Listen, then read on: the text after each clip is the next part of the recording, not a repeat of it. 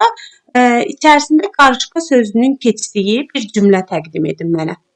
Xeyr, birləşdirib qarışıq şəkildə görəcəksiniz. Qarışqa. Cümləni deyim görüm, hələ düz başa düşmüşəm. Sən qarışqa zəhmətkeş olur, qarışqa qışa azuqə yığır, elə bir şeylər, yoxsa? Bəli, elə bir şeylər. Qarışqa zəhmətkeş olur, onlar özləri üçün, qış üçün tədarik görürlər, qarışqalar, belə deyək. Hə, indi bir dənə cümlə deyin. Qərarınızı verin, mən bunu yazıram. Deyin. Qarışqa özü üçün azuqə yığır. Qarışqa özü üçün azuqə yığır. Hə? Bu belə olsun. Qarışqa özü üçün azuqə. Hər kəs yazsın. Yığırdı. Hə, bu belə. İndi, Günay müəllimə, siz bu cümlənin ardını elə bir cümlə gətirəcəksiniz ki, orada qapı sözü olsun. Amma bu cümlənin ardı olsun.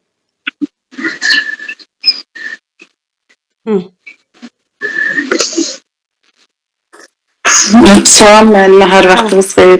Müəllimə, mən gedişatı başa düşmədim. Mən evdəki xanımın dediyi sözlərdən cümlə qurmuşam. Bir də balaca bir hekayə yazmışam. Yox, o sözlərdən istəmirəm. Onu biz ümumi olaraq bir dəfə artıq məsələn, müəllimə qarışqa sözü ilə bir cümlə gətirdi. Siz o cümlənin ardını gətirəcəksiniz, içərisində usta olacaq. Mən bir dənə zəhmət olmasa müəllimə üçün qulaq asmırdım, hekayə yazırdım. Zəhmət olmasa təkrar edə bilərsiniz. Qarışqa özü üçün azuqə yığırdı. Demək, mən bunun ardında qapı sözünü işlətməliyəm. Belə deyirsiniz, hə? Bəli. Belə deyərəm ki, ana qarışqa qapıda durub hər kəsi bir-bir yoxlayırdı. Qeyd edeyim müəllimə. Sonra mən deyim yenə, yoxsa... Ana qarışqa, deyin. Ana qarışqa. Deyirəm ki, ana qarışqa dedim ki, qapıda durub hər kəsi bir-bir yoxlayırdı. Sonra mən... Günay müəllimə, sonra keçəcəyik sizə. Günay müəllimə, sonra Nuray müəllimə, mövzu.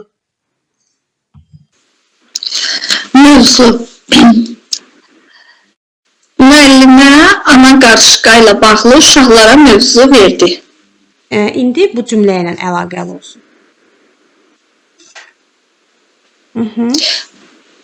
Bu cümlə ilə? Hansı sözlə müəllimə? Mövzu sözü ilə. Dedim də müəllimə. Məsələn, müəllimə qarışqa mövzusuyla, qarışqaya aid mövzu verdi. Bunun o digər cümlə ilə əlaqəsi var? Qarışqanı ora elə elədim ki, qarışqa olsun müəllimə. Ana qarışqa qapıda durub, necə edim Günay müəllimə? Qapıda durub qarışqaları yoxlayırdı, hə? Belə idi. Hər kəsi bir-bir yoxlayırdı. Bir yoxlayırdı. İndi bunun adı nə olsun? Mövzu sözünü ora salım da, elə bil ki. Ana qarışqa qapıda durub hər kəsi yoxlayırdı. Bala qarışqaların mövzudan xəbəri yox idi. Olsun, əla. Bala qarışqaların, hər kəs yazsın. Mən də yazıram. Qarışqaların mövzudan xəbəri yox idi.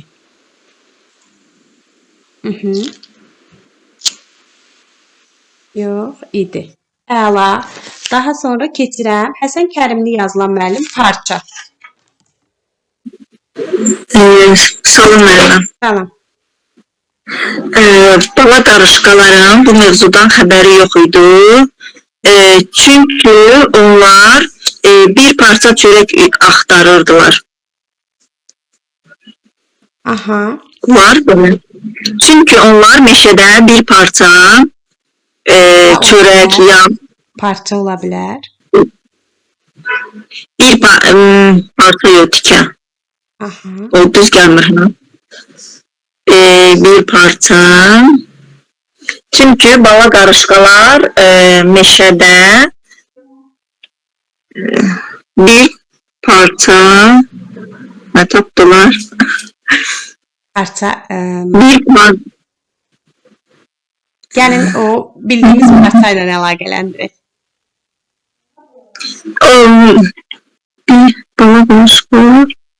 O yaxın. Belki cümləni müəllimə yaza bilmədim. O cümləni də təkrar edə bilərsiniz. Bala qarışqaların mövzudan xəbəri yox idi.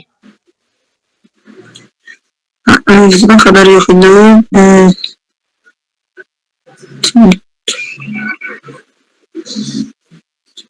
Bala qarışqaların mövzudan xəbəri yox idi. Çünkü onlar meşədə bir parça çörək aparırdılar. Mövzudan xəbəri olmayan azuqə yığırlar. Mövzu azuqədir. Azuqədən balaların xəbəri yox idi. Səbəb də olsun, belə deyək də, qarşılarında bir parça olsun. Parça onları analarını görməyə mane olurdu. Belə olsun. Qarşılarındakı bir parça onlara mane olurdu. Analarını görməyə, belə bir şey olsun. Çünki bala qarışqa parçanı bir parça çörəyə apara bilməz. Həm də ki, ümumiyyətlə mövzudan xəbərləri yoxdur da. Düzdür? Ona görə xəbərləri yoxdur. Parça yollarını kəsirdi. Hə, olsun? Yazırıq. Qarşılarındakı bala qarışqaların qarşılarındakı parça da analarını görməyə mane olurdu.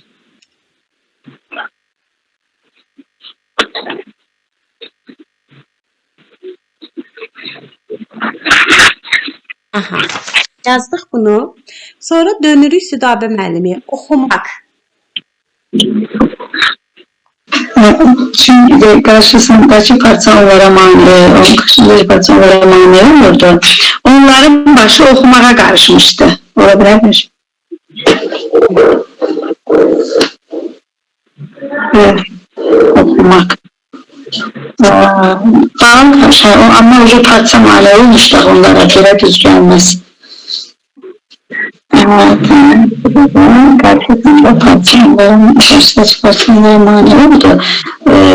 Okumak.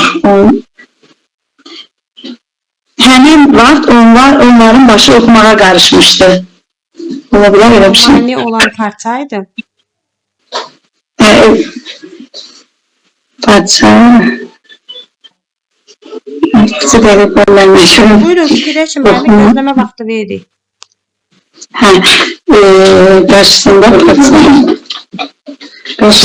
Karşısında parça onlara mani olurdu. Beyan para karıştırmıştı.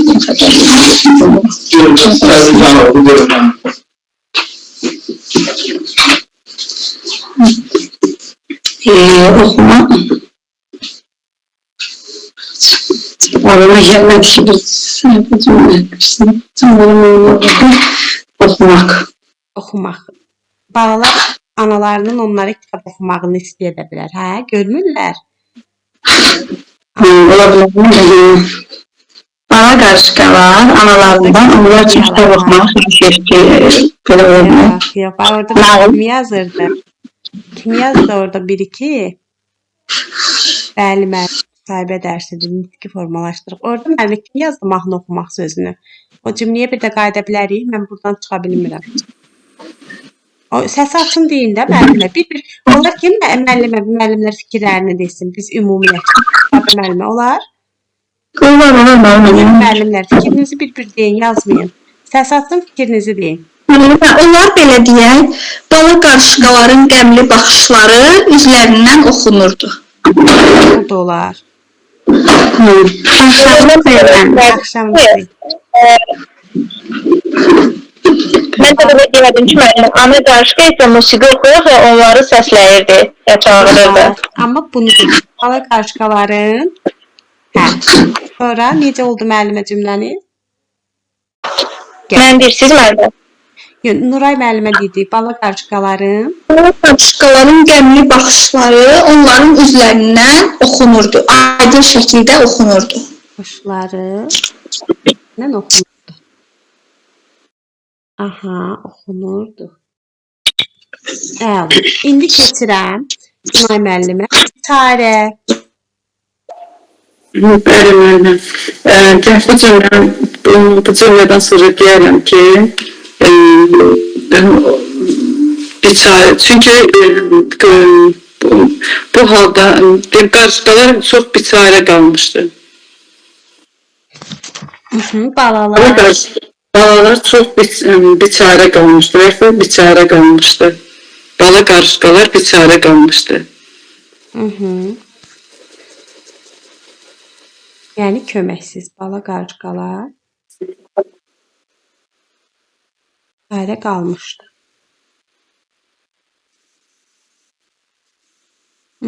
Bunu da yazdıq. Sonra keçirik Nuray müəllimə nağıldır sözünüz. Buyurun. Bunu görən ana qarışqa balalarını motivasiya etmək üçün onlara nağıl danışdı. Ya, çox uzadı getdi. Nağıl. Aha, biri deyədə müəllimə, bu sanki bala qarışqalara bir nağıl kimi görünürdü. Yox.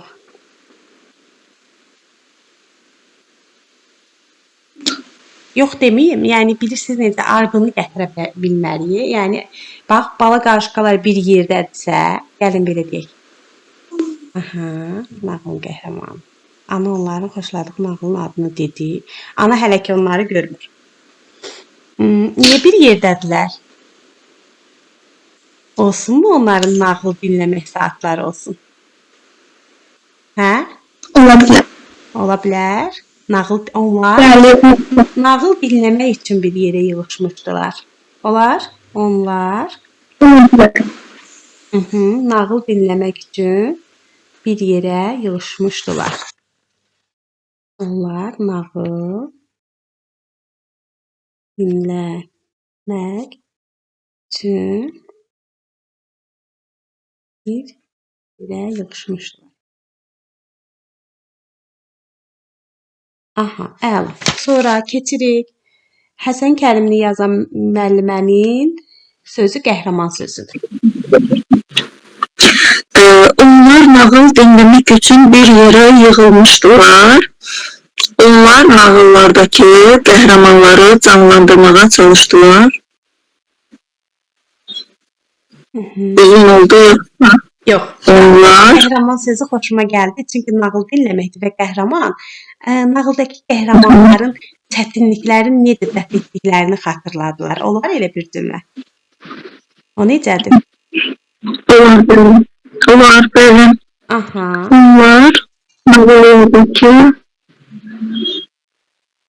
Nağıl qəhrəmanların çətinlikləri necə dəf etdiklərini xatırladılar.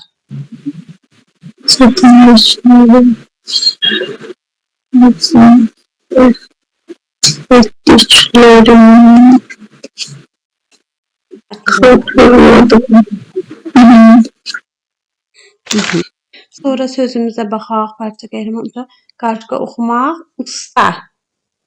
Sidabə müəllimə sözünüz ustadır. Buyurun.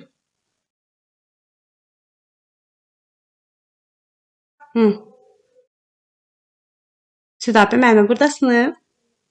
Həvəl açdım səsi. Elə bir onlar bu çətin, onu xatırlayaraq, yəni bu əvvəlki cümləni deyirəm, bu çətinliyin öhdəsindən ustalıqla gəldi. Ola bilər? Xatırladılar və çətinliyin öhdəsindən ustalıqla gəlməyə çalışırdılar. Gəlməyə çalışırdılar. Hələ bacardılar. Onlar çətinliyin öhdəsindən ustalıqla gəlməyə çalışırdılar. Çalışırdılar, onlar.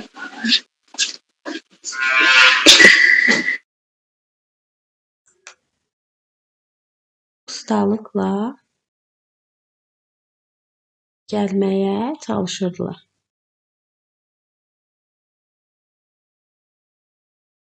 Aha, bu da belə.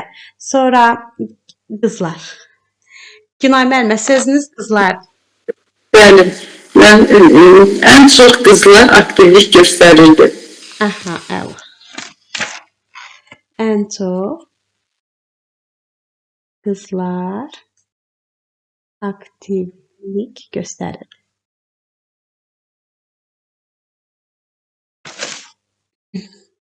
Nuray müəllimə, sözünüz tapşırıqdır. Ən çox qızlar aktivlik göstərirdi və onlar oğlanlara tapşırıq verirdilər. Aha, olsun. Onlar oğlanlara tapşırıq verirdilər. Yazırsınızmı müəllimlər? Bəli. Sonuncu cümləni bəzəmət olmasa nə olur?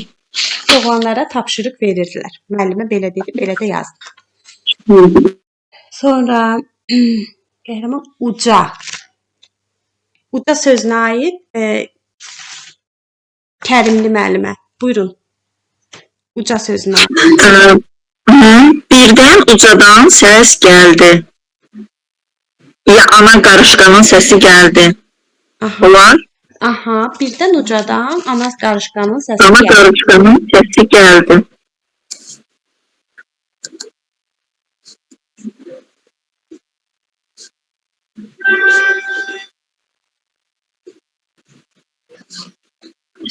Ne geldi?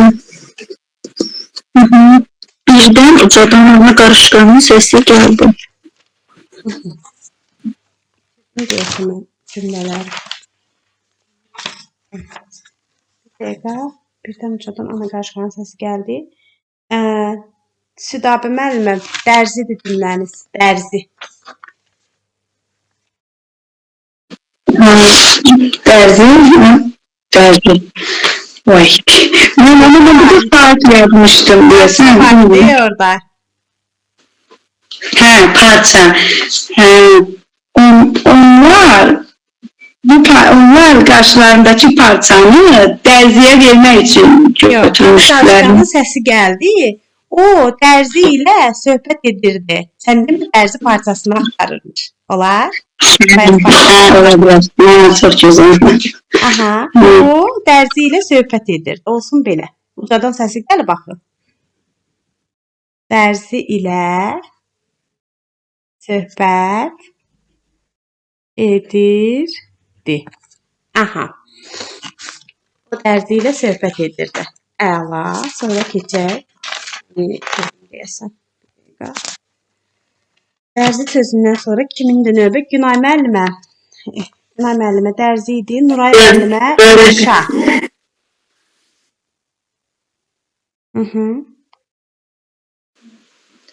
İnşa. O dərsi ilə söhbət edirdi. İnşa. Dərzi ona parçadan nə inşa edəcəyini danışdı. Parçadan inşa etmir yaxı. Hə, də ona görə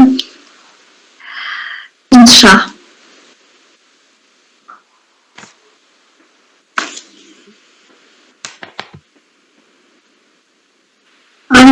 Ne deyə bilərəm? Onların danışığı sanki bir inşanı xatırladırdı. Ya inşaya bənzəyirdi. Hə?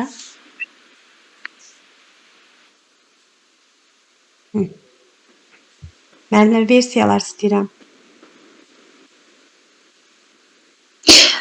Kənarda da bala qarışqalar bu torpağın altında nə inşa edəcəkləri barəsində düşünürdülər. Müəllimə, mən deyim. Buyurun. Kənardan ata qarışqalar ev inşa edirdilər. Yeni ev inşa edirdilər. Düzgün cümlədir. Amma ki... Kənarda isə ata qarışqalar yeni ev inşa edirdilər. Yuva inşa edirdilər. Salam müəllimə, axşamınız xeyir. Mən tam olaraq başa düşmədim. Burada məqsəd nədir? Yərdizə zəhmət olun. Müəllimlərin fəallığı. Buyurun. Yəni fərqli sözlər əlaqələndirilir də, yəni. Bəli, hər müəllimin 4 sözü var. Aydın. Bala qarışqalar yeni yuva inşası barəsində söhbət aparırdılar. Bala qarışqa olmasın onda. Digər qarışqalar olsun. Olsun müəllimə. Digər qarışqalar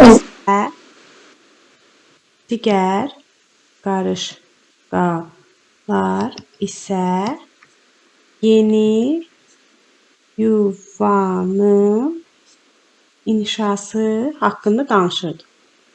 Aha. Salam müəllimə, necəsiz? Axşamı Yasin müəllimə, yaxşı olasınız, necəsiz? Şükür, yaxşı olasınız müəllimə, yaxşılıq da məndədən. Gördüm link atmısınız, dedim qoşulur.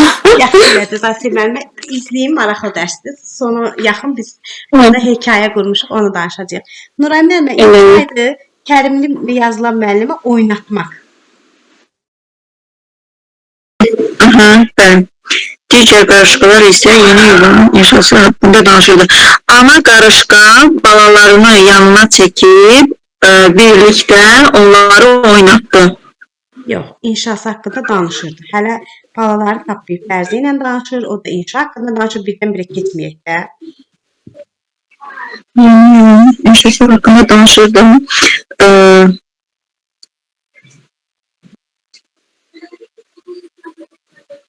İnşası haqqında danışırdı. Ana qarışqa balalarını oynatmaq istəyirdi. Başqa müəllimlər, hər biriniz deyə bilərsiniz. Oynatmaq. Müəllimə, tam olaraq sual nədən ibarətdir? Mənə çatmadı. Əvvəldən qoşulmamısınız, ona görə müəllimə son soruyuq. Yenidən görərik, sizə də verərik. Yanlışım. Mənim orada qızlar da fəaldır. Orada deyə bilərik ki, qızlar isə parçanı oynatmağa başladılar. Parçanı yerindən oynatmaq üçün hərəkət edirlər. Olar? Çünki parça mahiyyəti də onlara. Sizdir? Yazaq. Qarışqalar parçanı yerindən oynatmaq üçün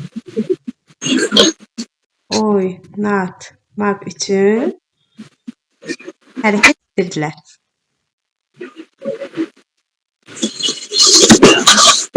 Son bir söz var. Südabi müəllimənin sözü saat sözüdür. Mən saat sözünü deyəm burada. Əlaqəli bir söz. Daha təsəvvür edin, nağılla bir əlaqəli bir söz bu. Mən şunun Bərzi ilə söhbət edirdim. Digər qarışqaları yeni inşası haqqında danışırdı. Onlar onlar yuvanı saat neçədə düzəltməkləri haqqında danışırdı. Mən deyim. Birdən ana qarışqa xatırladım. Mənim uşaqlara nağıl oxumaq saatim keçib.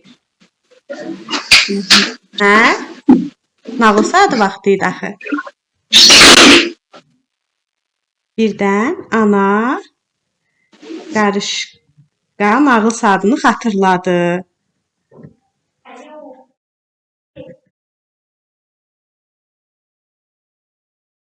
Aha, o dərzi ilə birlikdə uşaqların yanına gəldi.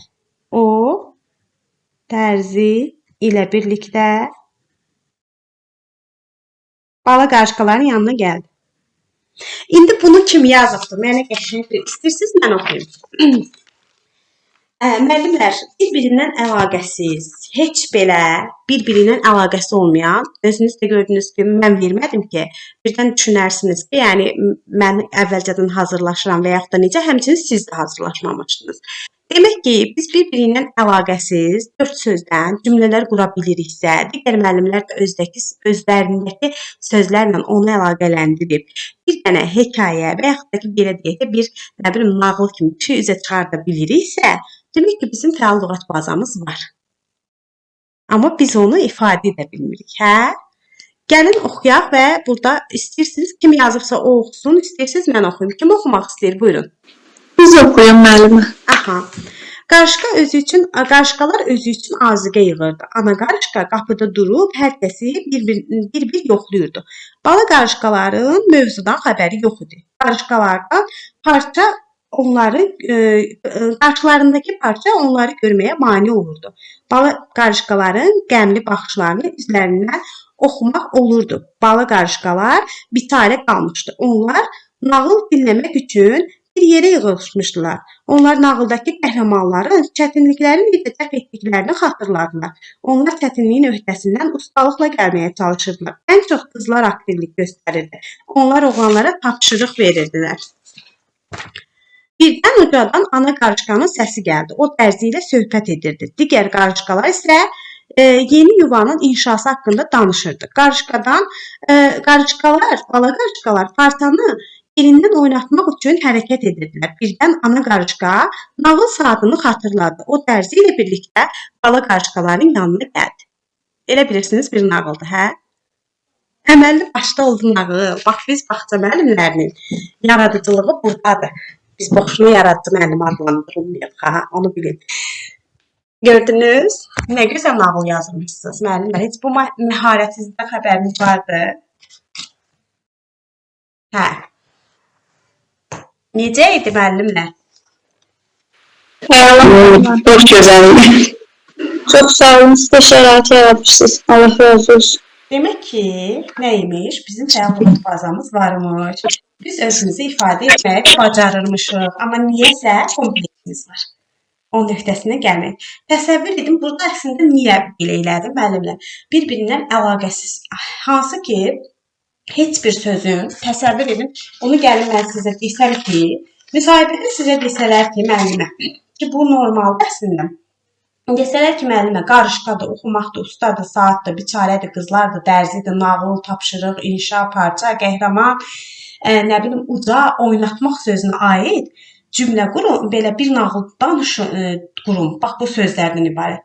Deyərsiniz ki, heç cürə mümkün deyil, mən bunu bacarmaram. Amma görürsünüz nə gözəl bacarmışsınız. Demək ki, nəymiş? Biz özümüzü ifadə etməyi biraz bacarmırıq. Burada bir-birindən əlaqəsiz sözlərdir. Amma müsahibədə heç əlaqəsiz bir şey yoxdur ki, bildiyiniz bir şeydir.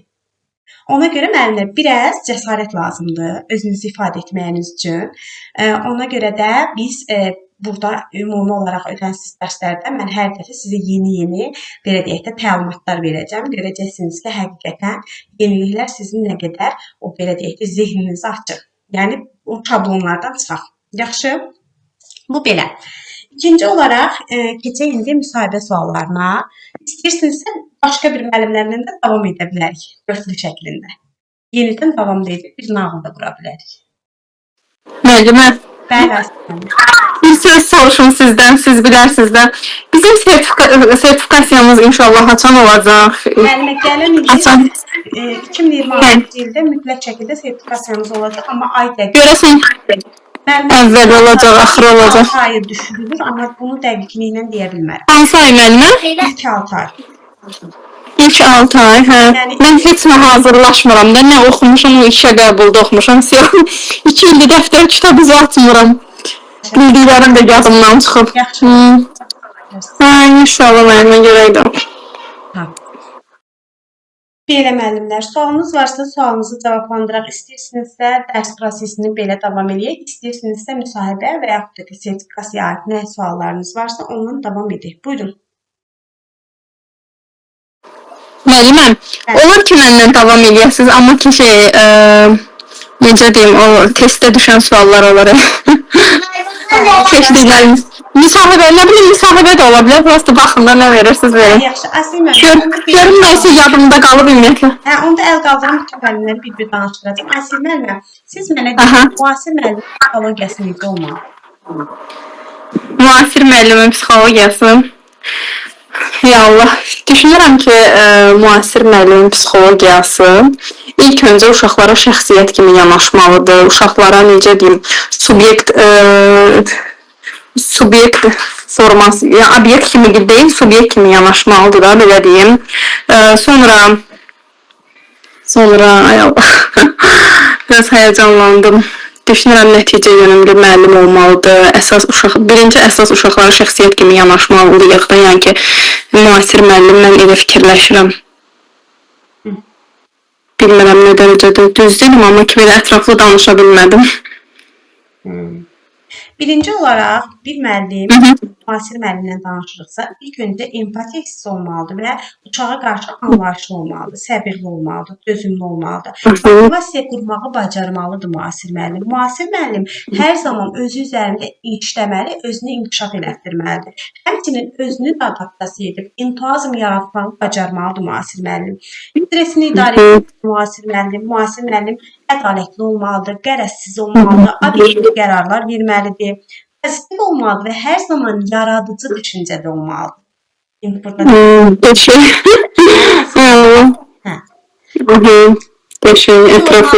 müəllimə, çünki mən istər-istəməz müəllimlərlə işləməyə hər gün təkrar edirəm, yəni spontan verilirsə, amma belə bir şey deyim də, mən müəllimlərə həmçinin deyirəm ki, bax, məsələn, müsahibə mərhələsinin müəllimləri, MİQ-dən gələn, testdən keçib gələn müəllimlərdə biliyi yoxlanmış müəllimlərdir. Deyirəm, niyə orada biliyinizi bacarığa çevirmirsiniz? Məsələn, emosional olaraq özünü idarə etmək, müəllimlərlə işi təşkil etmək, günləri məşğələni qurmaq, bunun hamısı müasir müəllimdir də. Hər birindən bir dənə söz götürüb, məsələn, məşğələdə motivasiya sözünü, əməkdaşlıqda empatiya sözünü, uşaqla birgə işlə səbir sözünü götürərək, sən əslində orada düzgün cümlələri qura bilərsən. Düzdürmü? Bəli, düzdür mənim. Yaxşı. Hələ başqa sual verin. Yaxşı, təhlükəsizlik şəraiti necə qurulmalıdır bağçada? Bağçada təhlükəsizliyi necə təmin edərsiniz? Aha, təhlükəsizliyi necə? Öz bildiyim kimi danışım. Məsəl üçün, mən təhlükəsizliyi çalışdığım qədər, necə deyim, pəncərələri açıq saxlamıram. Düzdür, uşaqları havalandırmaq lazımdır aradan bir, amma ki, çox bir pəncərələri açıq saxlamıram. Dipsəkləri pəncərənin yanına düzmürəm də, daha çox aşağı qoyuram ki, birdən də uşaqların başına yadına aşar. Daha sonra düşünürəm ki, təhlükəsizliyi qorumaq üçün birinci müəllim özü, necə deyim, biraz soyuqqanlı olmalıdır, hər şeyə aktiv şəkildə reaksiya verməyə bacarmalıdır. Tutaq ki, ani hadisə nəysə də baş verə bilər də. Biz onu, necə deyim, sırazı anındaca çalışdığımız qədər aradan qaldırmalıyıq. Sonra əlbəttə ki, qrupun əşyalarına, avadanlıqlarına nəzər yetirmək lazımdır. Məsəl üçün, hansısa bir kəsici, deşici, uşağı məsəl üçün, hansısa mebelin qırağı, cızıq da, necə deyim, qırıq da ola bilər, uşağı cıza bilər, avadanlığa nəzarət etmək lazımdır ki, elə bir şeylər olmasın da. Başqa nə qaldı mənimə? Bir də ki, çalışdığımız qədər. Xoş niyətinə deyirəm. Elə bilirəm, bunu komissiya üzvünə yox, bir valideynə danışırsınız. Hə, düz deyirsiniz də mənə. Necə deyim, elmi dildə danışmıram da elə belə zoru şəkildə. Çox da gərəkmir, çünki danışacağınız sözləri onsuz da bilirsiniz. Amma məsələ burasındadır ki, mən əgər bir müəlliməmsə, müəllim bir növ öz terminlərində də bu demirəm şərtdir. İstifadə etməliyim, düzdür müəllimə. İnanırsınız ki, hamısı yadımdan çıxıb. Siz özünüz müsahibədə uğur qazanan ilk müəllimsiniz. Sən də, məsələn, Bakı üçün çox böyük görünmür. Həm də müəllimlər deyim, Aysel müəlliməmdir. Müsahibədə, yəni o Aysel müəllimə dil qarşısındakı. Çünki o deyil həqiqətən müəllimə. 2 il keçib də artıq 2 ildə məsəl üçün mən birinci dəfədə indi sual cavabla iştirak edirəm. Ona görə ümumi olaraq müəllimlər, baxın, əgər qarşımızda komissiya üzvü bizə deyirsə, mən özümü dolğun bir müəllim kimi göstərməliyim. Birinci olaraq, təhlükəsizliyi təmin etmək, mənim diaqnostik bacarığa malik olduğum bir müəllim olmamı ifadə edir. Diaqnostik bacarığa malik olan müəllim əvvəlcədən proaktiv, yəni əvvəlcədən hər situasiyanı görməyə bacarmalıdır. İlk öncə təhlükəsizlik qaydalarını, buradakı təhlükəsizlik fiziki təhlükəsizlikdən gedir. Təhlükəsizliyi ümumi olaraq, fiziki olaraq təmin etməlidir. Burada olan avadanlıqların düzgün yerləşdirilməsi, çiçəklərin düzgün yerləşdirilməsində, ümumi olaraq mebellərin uşağın boyuna uyğun olmasından, döşəmənin sürüşkən olmamasından söhbət gedir. İkinci olaraq, mən uşaqların əgər təhlükəsizliyini təmin edirəmsə, burada uşaqların psixoloji və emosional təhlükəsizliyini də təmin etməliyəm. Yəni burada mən uşaqlara məhəbbət və sevgi içərisində fəaliyyətlər göstərməliyəm uşaqlarla birlikdə. Tənqiddən, zorakılıqdan çəkinməliyəm bir müəllim olaraq. Dəstəkləyici, inkişaf etdirici mühit yaratmalıyam. Və əgər təhlükəsizliyini təmin edirəmsə, fövqəladə hallarla onları tanış etməliyəm və bu hallar üçün tədbirlər planı hazırlamalıyam. Təmizlik və gigiyena işləri də bu təhlükəsizliyin içərisindədir. Yəni, bu dolğun cavabdır və əminliklə sizə deyirəm ki, müəllimlər, bu cavabı verdiyiniz heç bir komissiya sizdə heç bir qüsur axtarmayacaq. Qarşınızda komissiya qüsuru var, qarşınızda valideyn yoxdur. Siz terminlərdən də istifadə edə bilərsiniz və müəllim bacarığınızı ortaya tam olaraq qoymalısınız ki, bunları bilirsiniz. Düzdür. Müəllimə, inşallah siz yeni qrup açacaqsınız bu yaxınlarda. Müsahibə qrupu. Sertifikasiya, yox, müsahibə yox. Qrupumuz başlayıb. Sıfırdan da. Hə, oktyabr başlayıb, amma noyabrdan müəllimə. O noyabrın 15-dən başlayacaq yeni qrupa. Hə, mən də qoşularam onda inşallah. Müsahibə qrupumuzda birinci gün başlayırıq artıq yeni müsahibə. Hə, müsahibə hələ istəmirəm də birinci. İnşallah. Sertifikasiya başlayaq. Başqa Kərimli yazılan müəllimə sual cavab edək sizlə. Müsahibə müəlliməsiz? Bəli, müəllimə. Aha, əla. Yaxşı müəllimə. Siz mənə deyin, dəyişən bayramlarımız haqqında məlumatınız var? Hansı bayramlarımız dəyişib? Dəyişən bayramlar. Və sizə qaranlıq burada ünvanladığım heç bir sualı nə heç bir ödənişli və ödənişsiz qruplarda görə bilməzsiniz. Mənə bu haqda məlumatım yoxdur. Desəz öyrənərəm. 2021-ci il 15 oktyabrda iki bayramımızın adları dəyişdirilib. Bunun biri 28 may Respublika günümüz müstəqillik günü kimi, 18 oktyabr Dirçəliş günü ilə olunub, müstəqilliyin bərpası günü kimi qeyd olunur artıq. Aydındır? Yadınızda qalsın. Aha, çox sağ olun. Siz sağ olun. Müəllimə, siz işə qəbul olunursunuz, inşallah ki, qismətiniz olar və ilk öncə daxil olduğunuz bağçada nə kimi yeniliklər edərsiniz? Müəllimə, mənə deyirsiniz? Bəli, bəli. Aha. İlk öncə işlədiyim bağçada hər kəsdən tanışlıq keçirdərəm orada. İstər müdirlə, istərsə də ki, orada müəllim kollektivləri ilə əməkdaşlıq eləyərəm. Onların hərənin bir xasiyyəti olduğu kimi onları tanımağa çalışaram.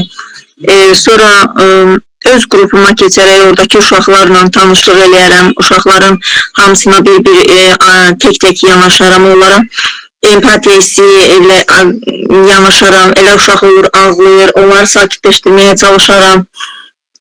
Sonra başqa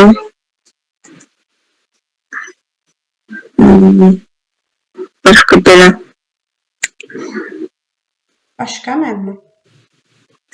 Başqa sonra yeni bağçanın ilk günü olduğuna görə uşaqların hamısını bağçanı gəzdirərəm. Orada yemək otağı olsun, yataq otağı olsun, orada musiqi otağı olsun, idman yeri olsun. Uşaqların hamısını onlarla tanış eləyərəm. Uşaqlar oradan əl yumaq, sanitar qovşaqlarının yerini göstərərəm. Hətta lazım gəlsə müdir otağını da göstərərəm. Uşaqların bu barədə məlumat olsun. Yəni ilk gündən uşaqların hər şeyi tanış eləyərəm. Tanışlıqdan sonra da uşaqlara hər yerini göstərərəm ki, hardan çıxışdı, hardan girişdi, qəbul eləməkdir. Belə. Müəllimə, kollektivin hamısı və müdürünüz də bu sizin yeniliklərinizi qəbul etdi. Və siz özünüzü orada hakim hesab edirsiniz. Hə? Nə bilim müəllimə.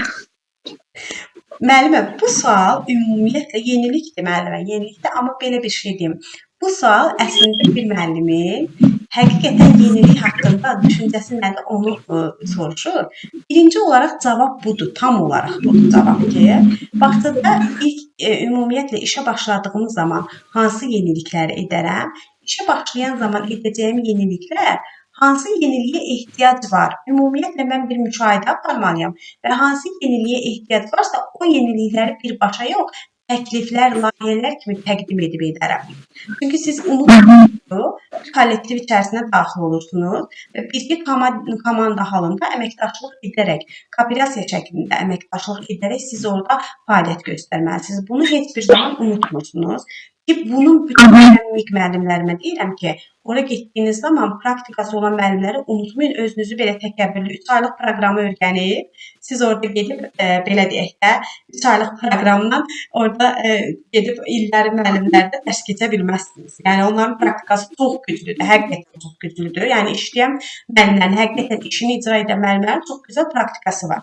Yəni nəzəri 3 aylıq orada heç nə edə bilməzsiniz. Amma məsələ burasındadır ki, mən əgər işə yeni başlayıramsa, ola bilər də orada yeniliklərə ehtiyac var. Olsun ki, o tədris metodu yeniliklər üzrə qurulmayıb. Və mən burada öyrənmədir, interaktiv dərslərdir. Bu haqda məlumatlar verərəm və layihə üsulları ilə bunun belə deyək, tətbiq olunmasını təklif edə bilərəm. Bu birinci. İkinci olaraq ola bilər ki, bizim fəaliyyət sahələrimizdə yeniliyə ehtiyac var. Məsələn, mən görürəm ki, kitab güşəsini düzgün bir yerdə qurmayıblar. Və bu səssiz bir güşədir və yaxud da ki, elm güşəsi. Bunun üçün uşağa səssiz bir mühit lazımdır. Və yaxud da ki, elə bir güşə var ki, o güşə açıq havada daha yaxşı tətbiq olunur. Məsələn, su qum güşəsi kimi.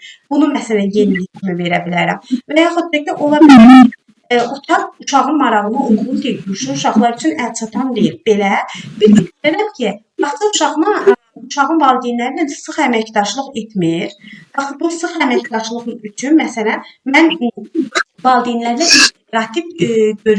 interaktiv daha doğrusu görüşlər təşkil edirəm. İnteraktiv görüşlərdə nələr aiddir? Məsələn, mən onları maarifləndirmək üçün görüşlər edə bilərəm və ya təqdim etmək üçün və bağça ilə sıx əməkdaşlıq etmək üçün. Amma bunu əlbəttə ki, kollektivlə bir yerdə müzakirə edib etməliyik. Və yaxud da ki, siz pedaqoji şurada, bax, bunu dediniz, müəllimə, bu cümlələri dediniz. Ümumiyyətlə, ikinci cümlənizdə, əgər yeniliyə ehtiyac varsa, müdürdən pedaqoji şuranı təşkil etməsini tələb edərəm. Buna bir hüququnuz tələb etdiniz. Sonra siz orada pedaqoji şurada bu kimi mən yeniliklər etmək istəyirəm. Bu kimi yeniliklərdə başlayırsınız danışmaq. Aydındır? Bəs indi mən belə cavab versəm kəsərlər bu cavabından, verdiyim cavabdan. Mən onu deyə bilmərəm ki, sizi kəsərlər, keçirdələr, onu demirəm. Sadəcə müəllimlərə bir söz demək istəyirəm ki, ümumiyyətlə dolğun olmağa fikir verin. Qarşınızda komissiya üzvü ilə danışırsınız. Elmi dil demirəm. Biliyinizi orada göstərin. Aydındır müəllimə fikrim? Yəni belə. Fikrim aydındır? Tamam. Çox sağ olun. Sağ olun müəllimə. Buyurun. Aha. Günay müəllimə, davam edək sizlə. Bəli, müəllimə. Aha. Günay müəllimə, belə bir sual ünvanlayıram. Bir valideyn var və o istəyir ki, uşağına hədsiz dərəcədə qayğı göstərəsiniz. Bu valideynlə necə bir münasibət qurasınız ki, orada necə deyək də, siz valideynin gözündə pis bir müəllim kimi görünməyəsiniz. Bəli, müəllimə, valideynlərlə işləmək həqiqətən bizim həm belə deyim, vəzifəmizdir, həm də ki, çətinlik çəkdiyimiz yerdir. Çünki hər valideyn xarakteri fərqlidir də, həqiqətən. Mən valideynə belə deyərdim ki, indi elmi cümlələrlə deməsən də mən belə gündəlik cümlələrlə deyirəm ki, yəni belə deyərəm ki, burada hər qrupda deyək də 15-20 uşaq oturur, düzdür. Bizim bərabər imkanlar deyilən bir prinsipimiz var da. Yəni mən sənin uşağı, heç bir uşaqla ya da heç bir uşağı sənin uşağına mən fərqli tutmuram. Bütün uşaqlar mənim üçün eynidir. Əgər uşağın hər hansı bir olur da mən, məsələn, uşaqlar zəif görür, uşaqlar məsələn bir balaca nitqində və yaxud da ki, davranışında, əqlində problem olarsa, onu da mən hiss elətdirmədən, necə deyim sizə, uşağın özünü hiss elətdirmədən onu daim nəzarətdə saxlayaram. Amma belə heç bir uşağa mən haqqım çatmır ki, birini digərindən fərqləndirim. Çünki uşaqların hüququnu pozmuş olaram. Həm də fərqləndir. Əslində, sağlamlıq imkanı məhdud olan uşağa belə ümumi olaraq əlavə qayğı biz uşaqlara fərdi yanaşırıq. Diferensialıq buradadır. Və bunu da qeyd edim ki, müəllimlər, inklüziv təhsil bizim ümumi olaraq, belə deyək də, bizim ümumi olaraq təhsil sistemimizə gəlməmişdən əvvəl biz bunu diferensiallıqla, yəni hər bir uşağa fərqli yanaşma ilə təmin edirdik. Fərqli yanaşma, belə deyək də, fərdi üzr istəyirəm yanaşma. Amma fərqli yanaşma bizdə qəbul olunmayan bir şeydir. Mən əgər uşağa fərqli yanaşıramsa, qərəzsizlik prinsipini pozuram. pozuram, bərabər hüquqları pozuram. Heç bir uşaq digərindən fərqli deyil, amma fərdidir. Yəni bir uşaq digərindən fərdidir. Yəni fərdi şəkildə hər bir uşağın anlamaq səviyyəsi fərdidir, götürümü, qavrayışı, hər bir şey fərdidir. İndi məsələ də burasındadır ki, mən ümumiyyətlə bir müəllim olaraq komissiya üzvünün qarşısında deyə bilmərəm ki, fərqlilik budursa, odursa, bunu deyə bilmərəm. Amma burada bunu deməyəcəm zaten. Bərabər hüquqları var. Valideynlə necə əməkdaşlıq qururam? Valideyni necə inandırım ki, bərabər hüquqları var və desəm də valideyn bunu anlamayacaq ki, buna əmin olun ki, valideyn anlamır ki, hər bir valideynin belə deyək də uşağın bərabər hüququ var. Mən ona necə yanaşıramsa, ona da elə yanaşıram. Gəlin elə bir şeydə ki, elə bir cümlə quraq ki, o valideyn məni tam şəkildə anlasın. Düşünürəm ki, mənim uşağımıza fərqli yanaşmağım, ona çox qayğı göstərməyim, onun müstəqilliyinə mane olur. Hə? Necə cümlədir? Bəli, mən bir sizlə nəzərdə tuturam. Mən keçən sizə yazmışdım, mən özüm bağçada işləyirəm. Necə, məsələn, valideyn var ki, deyir ki, mən uşağıma qaçmaq olmaz, yıxılmaq olmaz və yaxud da ki, olmazlar var da bağçalarda. Yəni, onu nəzərə alıram ki, əlbəttə ki, elə uşaqlar, məsələn, həyətə düşəndə əlindən tuturuq və yaxud da, yəni, olur da, nə qədər olmasa da hər qrupda bir-iki dənə elə bir uşaq olur ki, yəni, konkret müəllimə onu gözündən qoysa, düzdür, hamısını nəzarət edirik. Yəni, o fərqli uşaqları mən bayaq demək istədim ki, düzdür, elə fərqləndirsən, o da tanışsın. Günay müəllimə, bunu zaten ki eləyirik. Yəni, nə qədər desək də, mən bu sözü hər zaman deyirəm. Birinci olaraq, inklüziv təhsil sistemi mənim həqiqətən deyirəm, yaralı yerimdir və mən ümumiyyətlə bu layihə üzərində çox işləyirəm və çox özünü inkişaf elətdirmiş həmkarlarımla birlikdə. İnşallah ki, biz bunun öhdəsindən gəlməyi bacaracağıq. Söhbət inklüzivdən gedirsə, bizə müəllim olaraq heç bir təlim keçirilmir həqiqətən və bir uşağı gətirib verirlər əlimizə, deyirlər ki, uşaq üzə bilmir, sən onu at dənizə gör necə üssün. Və mənim qrupuma gətirib bu uşağı salırlar, bu qrupuma da bir ümumi olaraq psixoloji təsirdir. Həmçinin o uşağa da müəllim olaraq da mən olmaz bir vəziyyətdə qalıram. Və bunu necə edəcəm, heç cürə bilmirəm. Ona görə bizim bunun üçün bir tədbirlər planı hazırlamağımız lazımdır. İnşallah ki, bu tədbirlər planımız qəbul olar və biz ümumi olaraq o uşaqları da cəmiyyətimizə düzgün şəkildə qazandırarıq. Müəlliməm, sözünüzü kəsirəm, bağışlayın. Yəqin bu sualın digər müəllimlər üçün də faydalı olar. Ben mesela mən sual versərkən komissiya üzvü ki, bəs yenilik nə edərdin? Mən məsələn deyərdim ki, bağçalara psixologlar, logopedlərin çox olması vacibdir. Çünki müəllimim həqiqətən siz düz deyirsiniz ki, məsələn uşaqdır, gəlibdir. Müəllimin olsun ki, pedaqogdur, oxuyub müəyyən qədər savad. Adam bilmir ki, necə davransın ki, bunun psixoloqa ehtiyacı var. Məsələn, psixolog yeri gəlsə, gəlib müəlliməni də öyrətsin, uşaqla da maraqlansın. İşimiz daha səmərəli olar. Nəyə ki, müəllimə belə çarəsiz qalır ki, ay Allah, mən neyiniyim, uşaq durmur, dayanmır, ağlayır və yaxud da başqa hallar. Yəni, mən o təklifi irəli sürərdim. Siz inana bilməzsiniz, mənim müəllimimin var. Qrupunda 6 dənə inklüziv uşaq var və sağlamlıq kağızı ilə daxil olublar. Biz bilmirik nələr. Hətta sizə bir şey deyim, mənim bir müəllimim bir dənə bir kaydı bir saniyə dayandırım. Çünki, yəni psixoloji baxımdan digər uşaqların üçün də riskdir. Bunu mütləq şəkildə nəzərə almaq və belə valideynlər adətən belə bir şey dediyim ki, belə aqressiv ol, problemdən qaçan valideyn. Amma mən sizə deyim ki, bütün valideynlər belədir. Xeyr. Məsələn, bir müəllimim var, uşağı autizmdir, amma yüngül formasındadır. Ünsiyyət, ümumiyyətlə belə bir şey deyim də, bir də onun sosial problemi var. Bəzən davranışla dediyim təkrarlanan davranışlardır. Yəni, davranış pozuntusu içərisində getmir. Sadəcə olaraq təkrarlanan davranışları var. Onun psixologu anket şəklində, aylıq anket şəklində müəllimiyə anket göndərir. Orada irəliləyişlər haqqında müəlliməni məlumatlandırır, həmçinin də müəllimə onu məlumatlandırır. Düzgün şəkildə əməkdaşlıq belə olmalıdır. Bağçada psixoloq yoxdur, amma valideyn o uşağı psixoloq yanına aparır, həmçinin başqa bir ümumi olaraq pediatr yanına da gedir. Bununla əlaqəli hər dəfə belə anket müəllimənin masasının üzərində olur. Düzgün şəkildə belə olmalıdır. Yoxsa o uşağı bizə verək, biz klinik psixoloq deyilik və yaxud da ki biz psixoloq. Çünki müəllimə, məktəblərdə inklüziv təhsildə də mən uşaqların oxuduğu məktəblər inklüziv təhsil gedir də onlar. Çünki məktəblərdə xüsusi onların otaqları neçə dildə psixoloq olur. Uşaq narahat olan kimi və yaxud da sinfi qarışdıran kimi belə deyim də psixoloq aparır onu. Çünki onlar belə Allaha xoş getsin, pis məndə demirəm.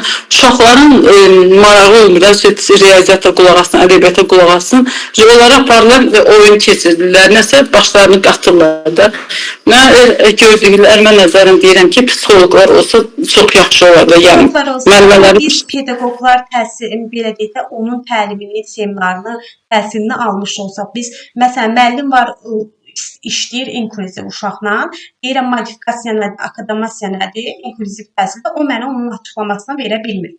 Və təsəvvür edək, ən sadə bir şeydir. Bunu bilməyən müəllim təlimini hansı yöndə dəyişəcək və yaxud da ki, hansı yöndə təlimə yenilik gətirəcək, bunu bilməyən müəllim necə işləsin olur? Ümumi olaraq bir uşağa fərdi yanaşılma istəyirsə, burada inklüzivdən danışmıram, verdiyim suala əsasən cavab verirəm.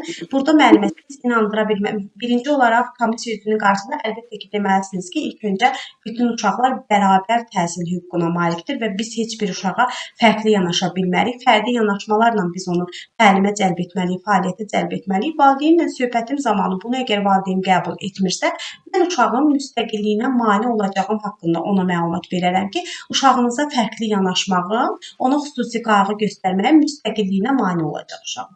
Aydındır? Bu zaman valideyn sizlə razılaşacaq, buna əmin ola bilərsiniz. Bir də müəllimə, çox danışdım vaxtınızda. Bir də müəllim, belə laf dərinə keçək. Valideynə, məsələn, empatiya hissini yaşatdırsaq, necə? Məsələn, deyərəm ki, siz məndən bunu tələb edirsiniz. Bəs hesab edin ki, siz, mən, necə deyim, fikrini izah edirəm. Mən sizin uşağa yox, digər uşağa, məsələn, həddindən çox qayğı göstərin, sizin uşaq kənarda qalır, bu sizin xoşunuza gələr. Onu da hər valideyn qəbul eləmir. Ümumiyyətlə müəllimlər razıyam. Özüm də bu prosesin içərisində varam deyə deyirəm. Valideynlər çətindir, yeniyetmə valideynlərlə hər birini şamil etmirik əlbəttə.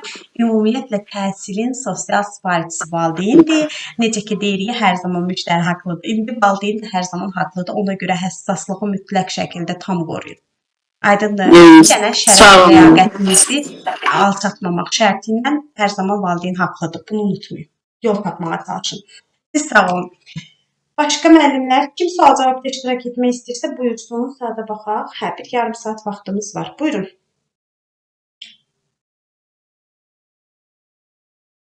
Aha.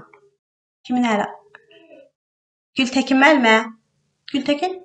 Aytaç müəllim. Bəli, müəllimə, axşamınız xeyir olsun. Gültəkin müəllimə, necəsiniz? Sağ olun, siz necəsiniz müəllimə? Müəllimə, uşaqlara qarşı empatiya hissi müəllimdə necə olmalıdır? Bir də ümumiyyətlə, müəllimin uşağa qarşı empatiya hissi var sizcə? Əlbəttə olmalıdır. Müəllim Frebelin də nəzəriyyəsində var. Yeri gəlmişkən uşaq ağlayanda ağlamalıdır, güləndə gülməyi bacarmalıdır ki, uşağı ələ ala bilsin. Uşaq öz hisslərini çatdıra bilsin, rahat olsun. Uşaqlar arasında empatiya hissi əsasən sujetli rollu vasitəsilə nağıl danışaraq, misal üçün, hər hansı bir situasiya yaradaraq qarşı uşaqları bir-birini bu cür anlamağa, bir-birini anlamağa çalışardım. Situasiya yaradaraq. Situasiya yaradaraq. Onda belə bir şey var. Müəllimin, belə deyək də, uşağa qarşı empatiya hissi nələr ola bilər və siz düşünürsünüz ki, bu empatiya hissinin içərisində nə var?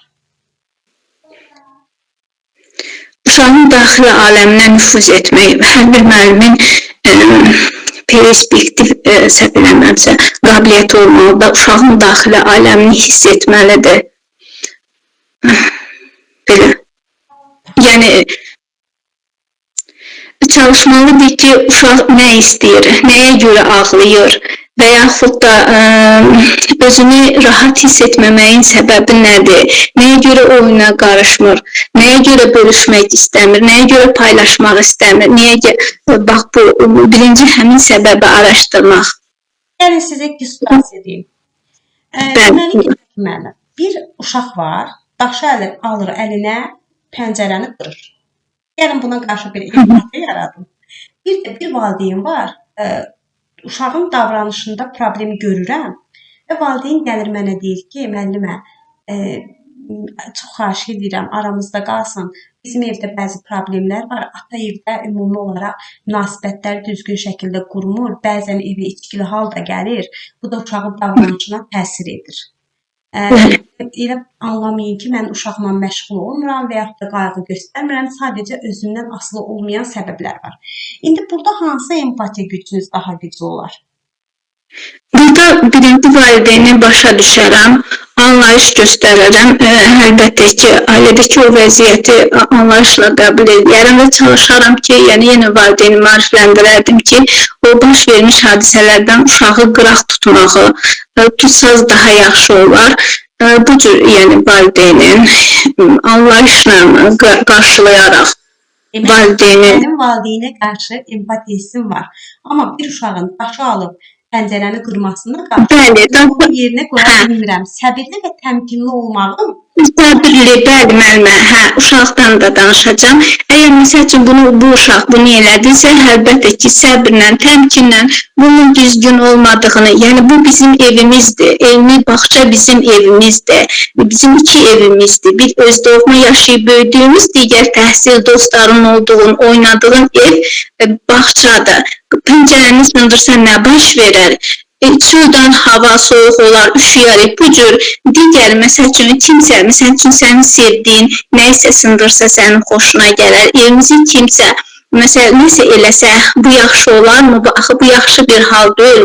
Bu tərəfdən, bax, bu cür uşağı, yəni o empatiya hissi, o qarşı, bir də onun aqresiyasını, məsəl, nəyə görə sən bunu elədin?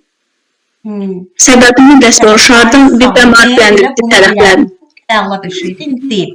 Gültəkin müəllimə, ümumi olaraq müəllimə, biz empatiya çox deyirik. Qarşımızda bizdən 6 dəfə çox təxəyyülü inkişaf etmiş.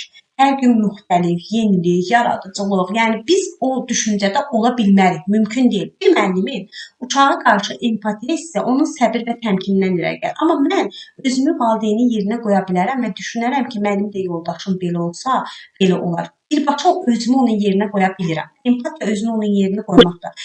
Amma uşağa qarşı empatiya, indi deyirsiniz, müəllimə, aqressivləşmək. Əgər bir müəlliməmsə, uşağa qarşı empatiyam birinci olaraq uşağın duyğularını anlamağımdır. İkinci olaraq ona dəstək göstərməyimdir. Məsələn, ola bilər ki, bir çətinliyi var, mən onu aradan qaldırmalıyam.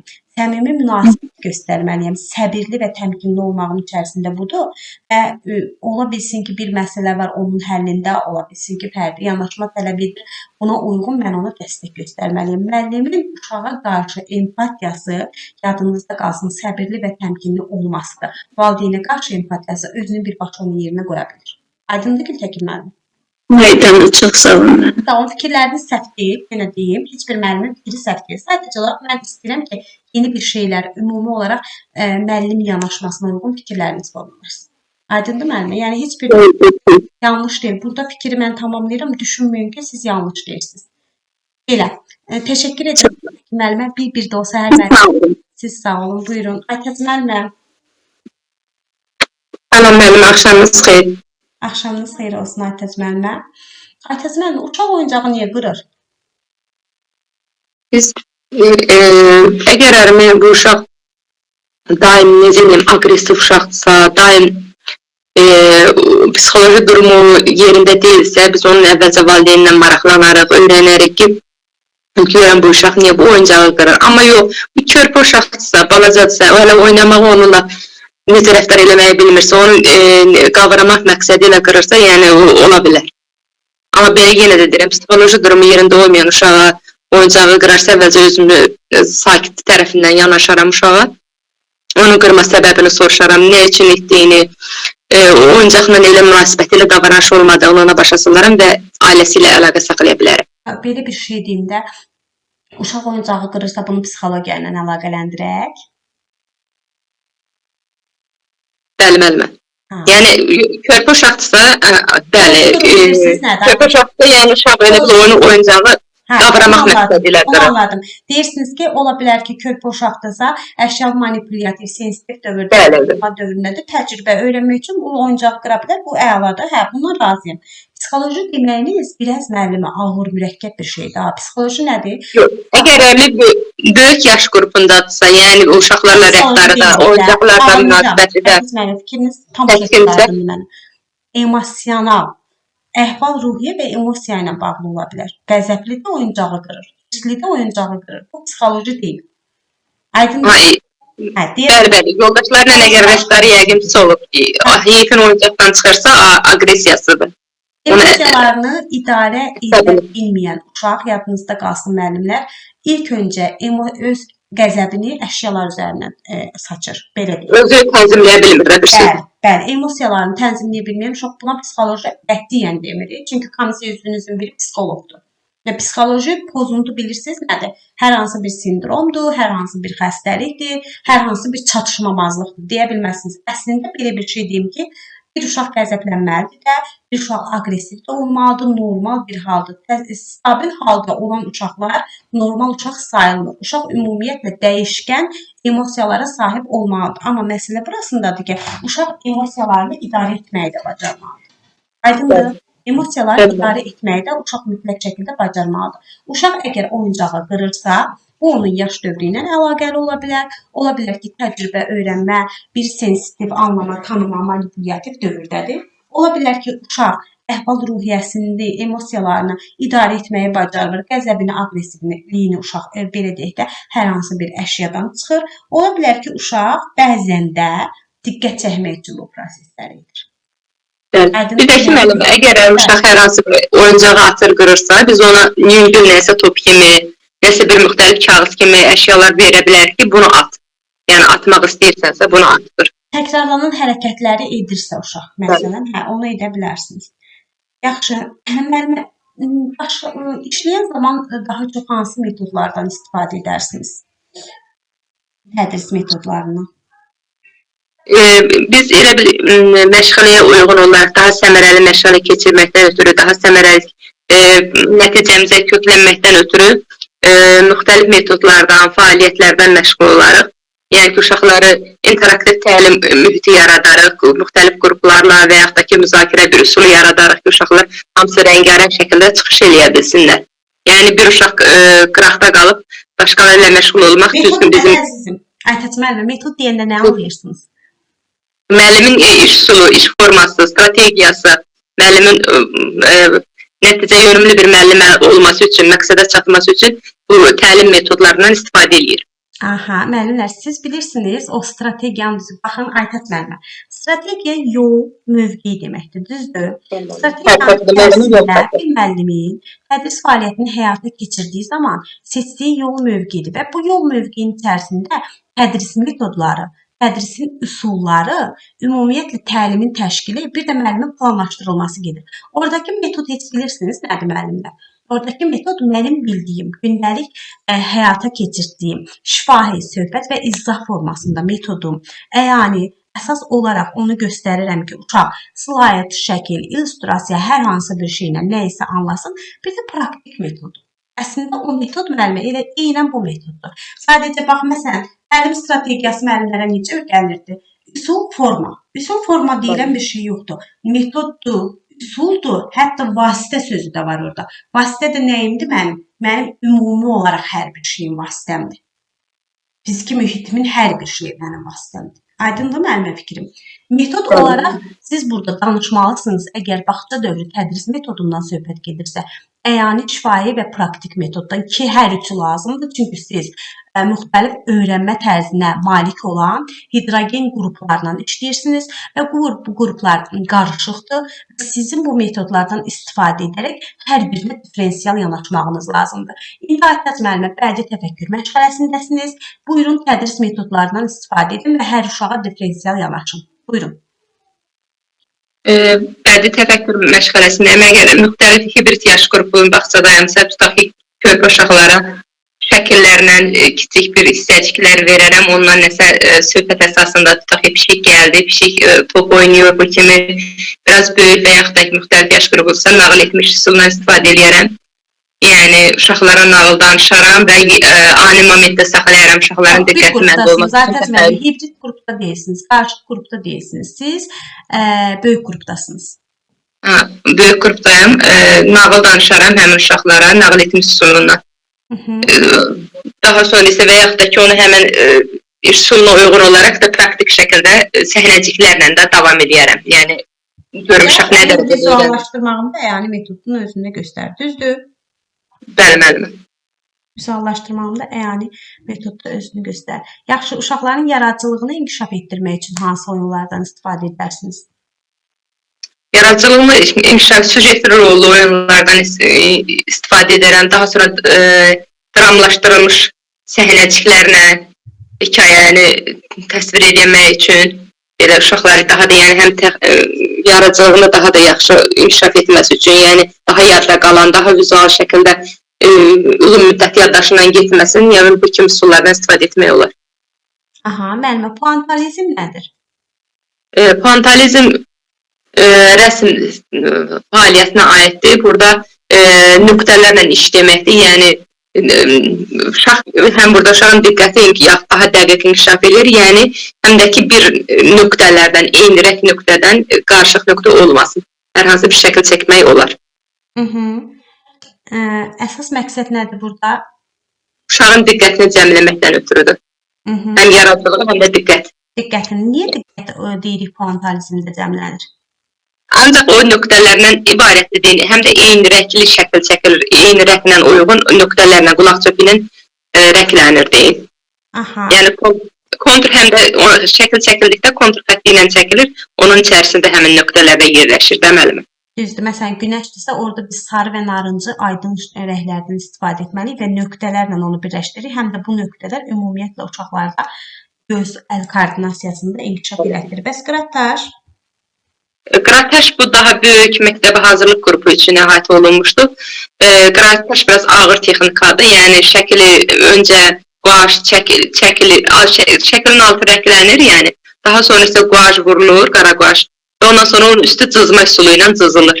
Onun da altından şəkil daha gözəl, parlaq, qabarıq şəkildə önə çıxar. Daha da yəni maraqlı olur, cəzbedici olur. Aha, daha da cəzbedici olur, düzdür. Ümumi olaraq uşaqlarda daha çox kommunikasiya formalaşdıran üsulumuz hansıdır? Müzakirə iş üsulu ola bilər. Uşaqlar yəni bir problem ortaya qoyulur, yəni uşaqlar bunu müzakirə eləyir, hər öz fikrini söyləyir, müzakirə əsasında dialoq, kollektiv şəkildə gedir də, yəni uşaqlar bir-birinin ünsiyyətə cəlb olunur. Aytəz müəllimə, gedəcəyiniz yerdə mütləq şəkildə rast gələcəyiniz bir sual, şəxsiyyət kimdir? Şəxsiyyət dedikdə gözünüzdə nə canlanır? Kimdir şəxsiyyət? Bu sual bütün müəllimlərə ünvanlanır. Hər kəsə şəxsiyyət deməzdim. Şəxsiyyət biz bilirik ki, görkəmli dramaturqlarımız, yazıçılarımız bir şəxsiyyət kimi çevrilir. Yəni bizdə bir Aytəz müəllimə, şəxsiyyət yönümlü didaktik prinsipiniz var. Necə müəllimə? Niyə bağçada şəxsiyyət yönümlü didaktik prinsipiniz var? Ona görə ki, biz də bir şəxsiyyət yetişdirməliyik. Uşağa əşya kimi, obyekt kimi baxmalı deyilik. Biz də onları müəyyən dərəcə inkişaf etdirməliyik ki, o da ki, gələcək həyatında öz şəxsiyyət kimi formalaşsın. Öz şəxsiyyət kimi yerini tuta bilsin. İndi mən dedim ki, şəxsiyyət kimdir? Şəxsiyyət təbii ki, insandır. Hər insana da şəxsiyyət demək olmaz. Biz o insanı şəxsiyyətə formalaşdırmalıyıq, uşaq şəxsiyyət eləməliyik. Ona görə də uşağın hüquqlarını əlindən almamalıyıq, onlara hər şey olmaz deməməliyik. Daha sonra onların fikrini, necə deyim, önəmsəməliyik də bir sözlə. Riayət tutmalıyıq daha sonra. Yəni ki, uşağa bir sözlə əşya kimi baxmamalıyıq ki, onun da fikri orada uşaq kimi soruşulur. Onu da deyim biləsiniz. Ümumiyyətlə elə deyir ki, kimdir şəxsiyyət? Orada da məsələn deyirsiniz, siz bayaq dediniz ki, hər kəsə demərəm. Onda deyəcək niyə? Orada şəxsiyyət yönümlü formalaşdırırsın.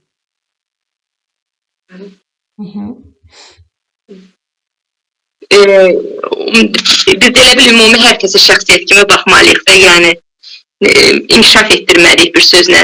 insanın fərdiliyini, ümumi olaraq insanın düşüncəsini, hissini, davranışını, dəyərlər sistemini əks etdirən bir anlayışdır şəxsiyyət. Şəxsiyyət dediyimiz zaman bir insanın fərdi düşüncəsi, bir insanın hissləri, emosiyası, bir insanın davranışları, hərəkətləri, dəyərləri və sosial münasibətləri nəzərdə tutulur. Bir fərd kimi dünyaya gələn insan zaman keçdikcə sosiallaşaraq bir şəxsiyyətə çevrilir. Şəkildə özünün şəxsi düşüncələri, hissləri, emosiyaları, dəyərləri mütləq olmalıdır. Aydındır? Müəllimə, son olaraq sizə belə bir sual verim. Məktəbəqədər məzmununu bilirsiniz ki, didaktik prinsiplər təmsil edir, düzdür? Hansı didaktik prinsipimizdir ki, orada müasirlik və açıqlıq özünü göstərir? Bu tələbi yönümlülük prinsipidir, yəni elm, texnika get-gedə inkişaf etdikcə, texnologiya inkişaf tam olaraq budur. Müsahibə tam olaraq Aytəc müəllimə budur. Niyə müasirliyi tələbi yönümlülüklə bir götürürsünüz? Tələbi yönümlülük bir tərifi var. Fərdin, cəmiyyətin, dövlətin dəyişən qərarlar. Dəyişən tələblərini nəzərə alırıq. Ailənin və cəmiyyətin ehtiyaclarını nəzərə alıramsa, tələbi yönümlülük prinsipini əməl edirəm deməkdir. Düzdür? Dəyişən tələblər orada müasirlikdir və yaxud da ki, açıqlıqdır. Müasirlik prinsipi nədir? Hansı prinsipimiz müasirlik və açıqlığı özündə əks etdirir? Bax, sizə belə bir şey deyim, Aytəc müəllimə. Keçən il, inanın mənə, Bakıda müəllimlərə veriblər tələbi yönümlülük prinsipini. Bir dənə yalnız, burada yəni özüm demirəm, bir dənə tələbi yönümlülük prinsipini düzgün şəkildə mənim Zümrüd müəlliməm var, o düzgün şəkildə vurğulamışdı ki, tələbi yönümlülük ümumiyyətlə dövrün, belə deyək də, dövlətin, ailənin və cəmiyyətin dəyişən qərarlarını, ümumiyyətlə ehtiyaclarını nəzərə alan bir prinsipdir və burada biz yeniliklər, innovasiyanı görürük. Yenilik başqa bir şeydir, müasirlik başqa bir şeydir. Və hər kəs demişdi ki, tələbi yönümlülük İKT bacarığı və bu heç də tələbi yönümlülüklə çox əlaqəli olan bir şey deyil, bunu deyim, biləsiniz. Və məsələn, yəni dəyişən tələbləri nəzərə alaraq müasirləşir də texnologiya ilə. Yox, bu deyil. Yenilik, müasirlik, bir də açıqlıq. Hansı olar? İnanın ki, ağlınıza gəlməyəcək, ecik sizdə bəlkə. Müasirlik və açıqlıq. Açıqlıq müəllimə, açıqlıq. Açıqlıq. Demokratiya. Demokratiya insan hüquqlarıdır bu, yox, müasirliklə nə əlaqəsi? Nərdədir? Biz əgər şəxsiyyət yetişdiririksə, biz ümumiyyətlə bir, belə deyək də, vətəndaş yetişdiririk, hə? Amma biz müasir dövrdə nə deyirik? Deyirik ki, dünya vətəndaşı yetişdirək də. Yalnız vətəndaş. Dini müstəviqliyə hörmət müəllimə. Dünyavilik, müasirlik və açıqlıq prinsipi dünyavilikdir. Çünki orada tolerantlıq özünü göstərir. Dinlə əlaqəsi yoxdur. Hər kəsin öz seçim hüququ var, düzdür? Müəllimə, sağlıma gəlməz amma əslində qalsa mən yəni texnologiyanı nəzərdə tuturdum. Müəllimə dərs onun içində heç arada eşitmədiyiniz sözləri eşidin deyə.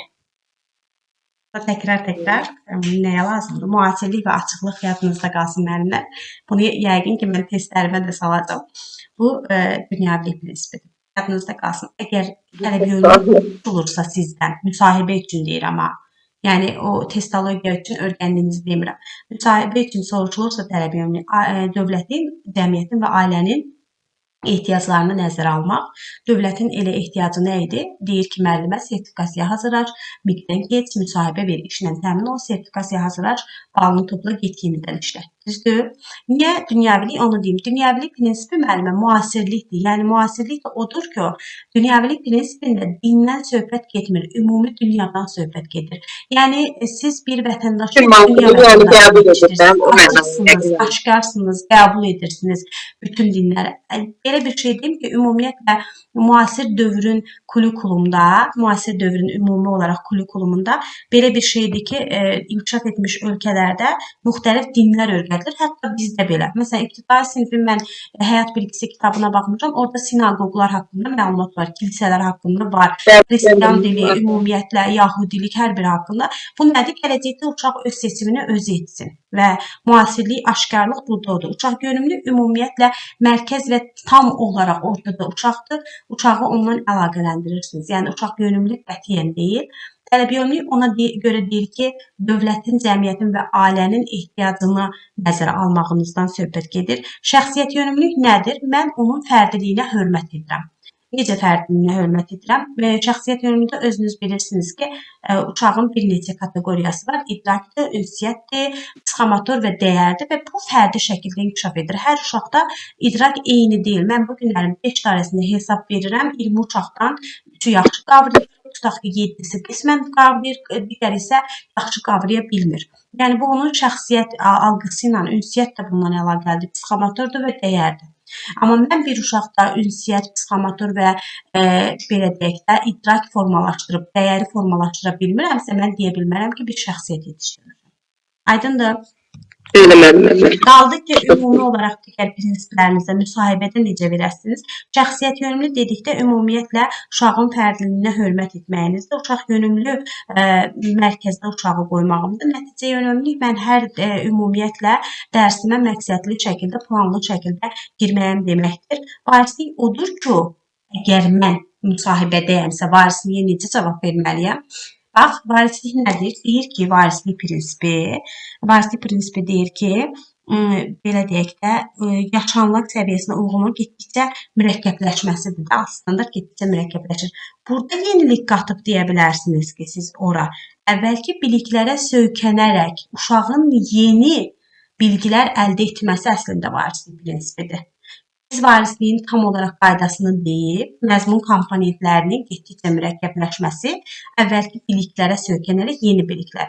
Burada işləyən müəllimlər yaxşı bilər. Perspektiv planlarınızda, böyük qrupdasınızda 5 dairəsində hesab əməliyyatı var. Amma 5-dən əvvəl siz hər hansı bir dərsdə 3-ü, 4-ü, sonra yenə 5-i verirsiniz.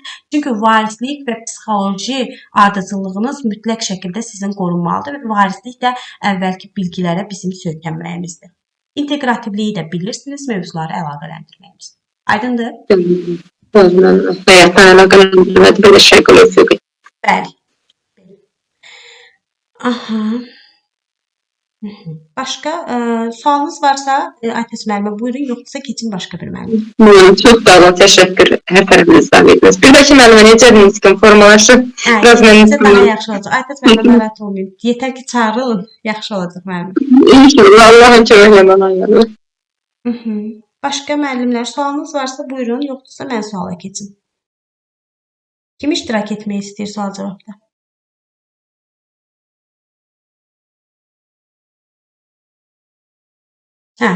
Buyurun müəllimlər. Nərgiz müəllimə uyğunsunuz? Bəli, müəllim.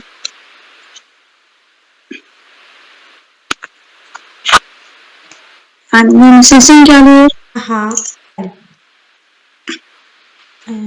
Sual verək. Çox qəribədir, səsim kimi hətim gəlir. Nərgiz müəllimə səsimi çıxartmadım. Müəllimə, kollektivlə ünsiyyəti necə qurarsınız?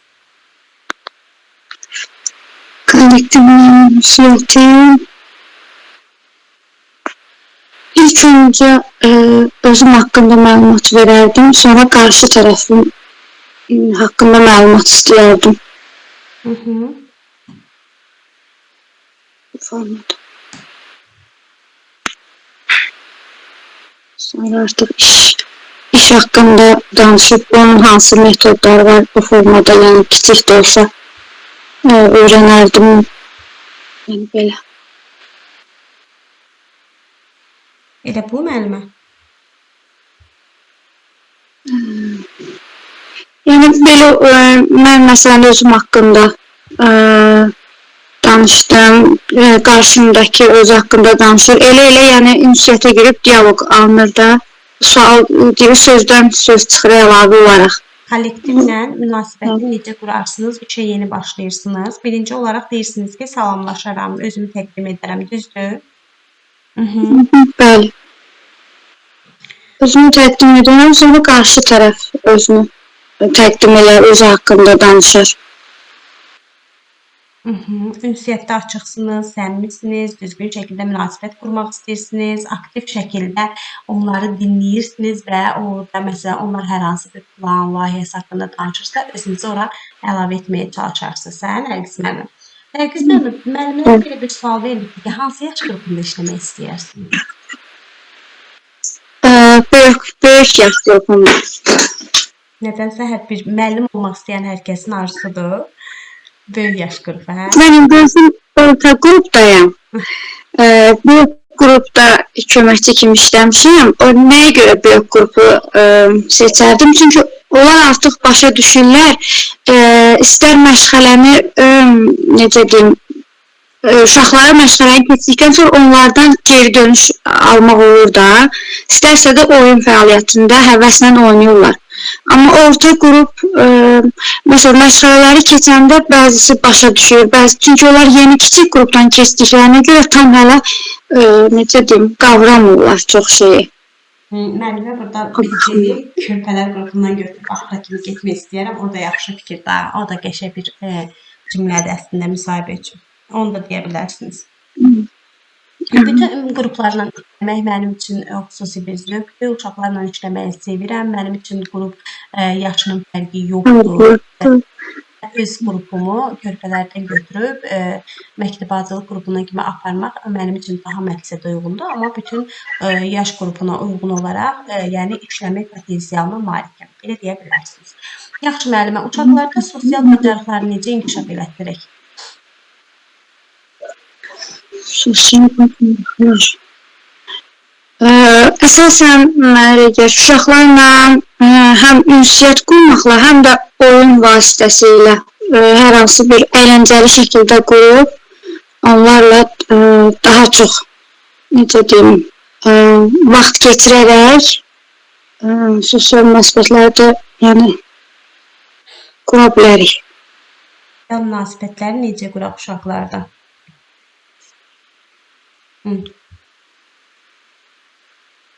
Mən elə fikirləşirdim. Siz deyə bilərsiniz, zəhmət olmasın. Yox müəllimə, bir neçə fikrinizi deyin. Necə quraq sosial münasibətləri? Uşaqlarla ünsiyyətə girərək və oyunlar quraraq, əyləncəli oyunlar qurub və yaxud da hər hansı bir personajı halimizdə canlandıraraq. Necə? Komanda oyunları razıyam bunlar. Sonra? Hər hansı bir personajı da götürüb heyvan, canlı personaj necə deyim, əlimizdə tutaraq, onların dilinlə danışaraq da uşaqları cəlb eləyə bilərəm ünsiyyətə. Sosial. Ümumiyyətlə, bir baxın, mənim əgər sosial davranış deyilsə, bir müəllim olaraq test mərhələsindən keçmişəmsə, gözümün qarşısına uşaqların əməkdaşlıq standartları gəlir. Uşağın da qrupu ilə birgə əməkdaşlıq standartı 4.2-dir. Orada nədir? Mən uşaqların sosiallaşmasını təmin etmək üçün birinci olaraq bir-biri ilə ünsiyyətə girməsinə, komanda şəklində oynamasına, problemləri birlikdə həll etməsinə, qrupun üzvü kimi fəaliyyət göstərməsinə şərait yaradır. Aydındır? Elə orada standartlarını sizə deyir, nə etmək lazım. Aydındır, Nərgiz müəllim? Bəli, çox sağ olun. Siz səhnəciklərdə qura bilərik. Belə müəllimlər, təşəkkür edirəm Nərgiz müəllimə. İnşallah ki, müəllim. Təşəkkür ederim, çox sağ olun. Yenə siz sağ olun. Sualınız varsa buyurun, yoxdursa sağollaşaq. Video qeydi